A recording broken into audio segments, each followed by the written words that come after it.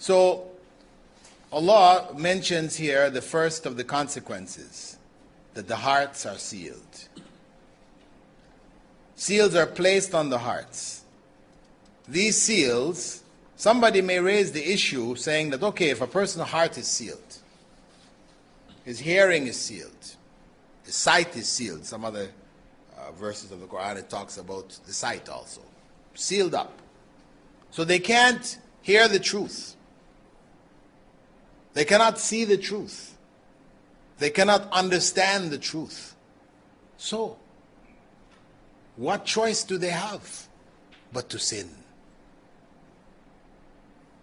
What choice do they have but to sin? So what sense is there in them being punished on the Day of Judgment for the sins that they have done? What is the sense if they have no choice? They are forced. Their hearts are sealed. So how can they be blamed? How?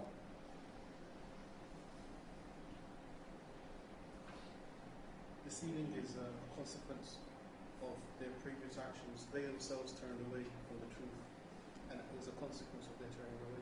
That's the point. There's the sealing of the hearts, the ears, the eyes. This is a consequence of what they have done. Right? Allah didn't do that first, because of course if He did that first, then truly they would not have had any choice in the matter. They could not be held accountable. That's why we reject those people who argue, the homosexuals for example, who argue that that's how I was created. It's in my genes. You know,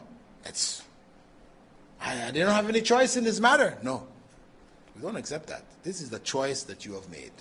If Allah has put a punishment in the Sharia for what you have done, then it must be something that you choose to do. You may have inclinations. Yes, human beings have inclinations for all kinds of things. But it doesn't mean that simply because you have an inclination, you have no choice. And this concept is actually reinforced in Surah As-Saff 61 verse 5, in which Allah said there, فَلَمَّا زَاغُوا أَزَاغَ اللَّهُ قُلُوبُهُمْ. So when they turned away, Allah turned their hearts away. See? When they turned away, Allah turned their hearts away. So this is how we have to understand the various verses that, or statements of the Prophet ﷺ in this regard. For example, in Khutbatul Hajjah, which we start Jumu'ah with, and events, important events, whatever with, Inna alhamdulillah, nahmadu wa nasta'in wa nastaghfiru, wa na'udhu billahi min shururi anfusina, wa min sayyati a'malina. Man yahdihillah fala mudilla lahu. Whoever Allah guides, none can misguide. وَمَنْ يُضْلِلْ فَلَا هَادِيَ لَهُ. And whoever Allah misguides, none can guide. Now if we just take that, whoever Allah guides, people don't have any problem with that one, right? Usually, right? But whoever Allah misguides, this is the one that people say, whoa, how is that? There's no guide for him. Whoever Allah misguides, you know, so what is his fault in the matter if Allah has misguided him? But it has to be looked at in this context. This is how it has to be understood. And there are actually a number of other verses in which Allah said, you know, similar things, conveying the same concept. This is one I gave you there in Surah Saf. You can also find in Surah al-Munafiqun, verse 3, that's chapter 63, verse 3. Allah says there, ذَلِكَ بِأَنَّهُمْ آمَنُوا ثُمَّ كَفَرُوا فَطَبَعَ عَلَىٰ قُلُوبِهِمْ فَهُمْ لَا يَفْقَهُونَ. That is because they believed, then they disbelieved. Therefore Allah sealed their hearts so they can't understand. Right? It is after they have disbelieved. As a consequence of their disbelief, their hearts have become sealed. Because it wasn't just disbelief. If a person is raised in a family of disbelievers, and you are raised as a disbeliever, Allah is not going to seal your heart in this case.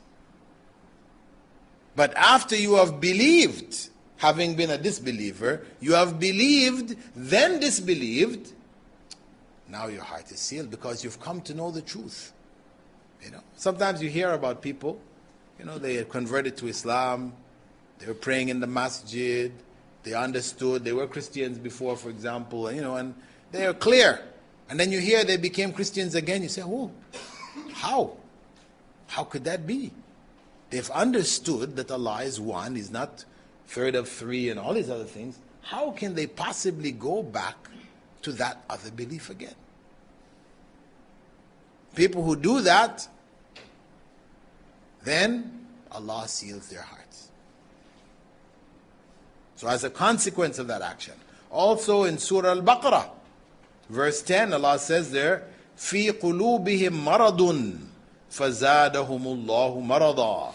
In their hearts is a disease, and Allah has increased their disease. Because of the disease in their heart, Allah increased their disease. Consequence, because of what they did, because that disease is based on their own choices. So Allah punishes them for it in that way. Also in Surah Al-Mutaffifin, 83rd chapter, verse 14, كَلَّا بَلْ رَانَ عَلَى قُلُوبِهِمْ مَا كَانُوا يَكْسِبُونَ. Indeed, their hearts, on their hearts is a covering, ran, because of what they used to earn. Mutaffifin, verse 14. Because of what they did, then this covering came on their hearts. The Prophet ﷺ had said it in a hadith, that when a person does an evil deed, a black dot goes on his hearts. And the more evil deeds he does, more black dots go on the heart. When he does a good deed, a shiny dot goes on the heart. The section is clean.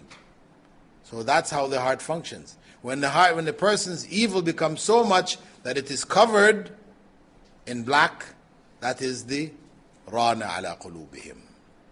The hearts are now sealed in darkness.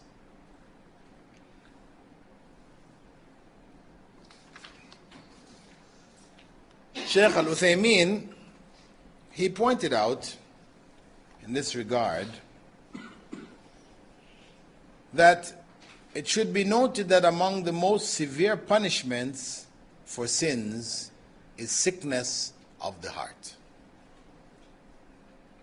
Among the most severe punishments for sins is sickness of the heart.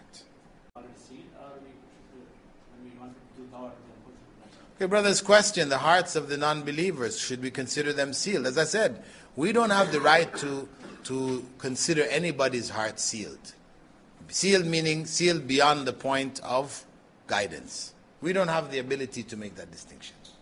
Whether they're Muslim or whether they're non-Muslim.